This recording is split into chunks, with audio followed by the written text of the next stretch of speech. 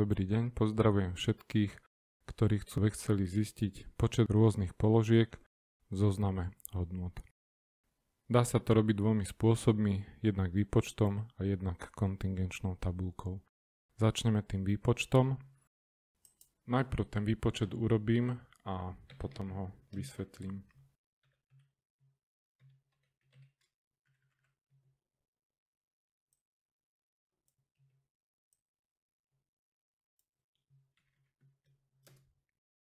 No, tak ako vidíte, vyšlo mi to správne.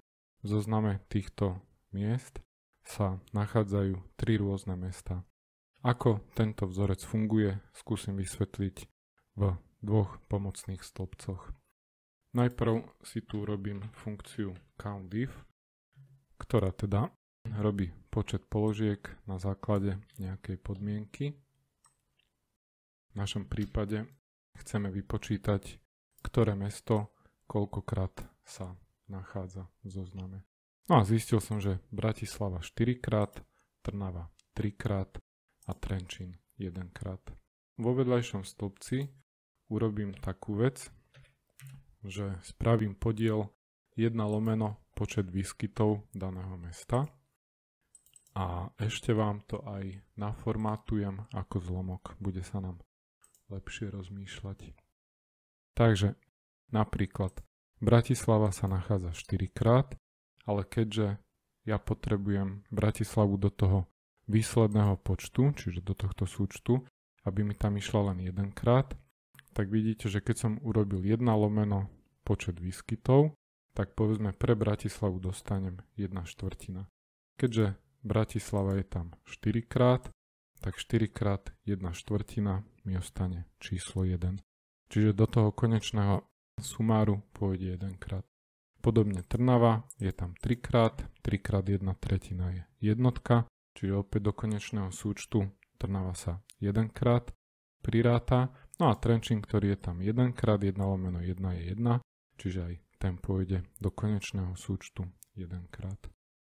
Čo chcem upozorniť je taká vec, že do verzie 2016, čiže ja napríklad som teraz vo verzii 2016, musíme tento výpočet potvrdiť ako vzorec pola, čiže Ctrl Shift Enterom.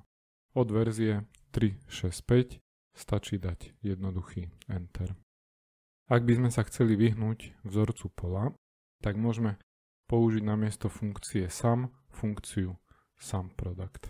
Čiže veľmi jednoducho dám tam funkciu SumProduct a opäť idem robiť súčet z 1 lomeno countDiff. No a chcel by som vedieť tieto jednotlivé mestá, koľkokrát sa nachádzajú v rámci tohto rozsahu. Vtedy nemusím teda potvrdzovať Ctrl Shift Enterom, ale len obyčajným Enterom. To, že je to vzorec pola, vidím v tých starších verziách aj tým spôsobom, že keď sa nastavím na výpočet, tak hore v riadku vzorcov vidíme na začiatku a na konci toho výpočtu kučeravé zátvorky. Druhá možnosť, ako zistíme počet rôznych položiek, je pomocou kontingenčnej tabuľky. Tam bude jedna dôležitá vec, na ktorú špeciálne za chvíľočku upozorním.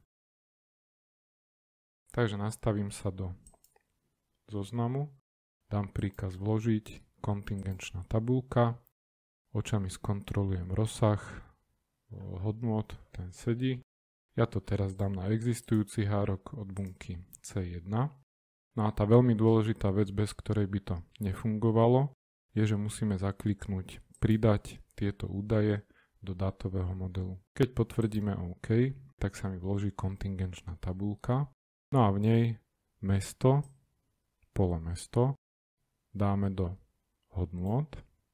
To ešte nestačí, ale musíme toto pole nastaviť, čiže pravý klik do toho čísielka, dáme nastavenie pola hodnoty a na karte zhrnúť hodnoty podľa vyberieme úplne na konci počet rôznych položiek.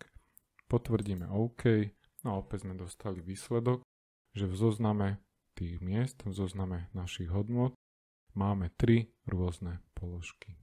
Ďakujem vám za pozretie videa. Ak sa vám páčilo, podporte ma kliknutím na palec hore. Prihláste sa na odber kanála Excel.sk kliknutím na odoberať a sledujte aj ďalšie excelovské videá.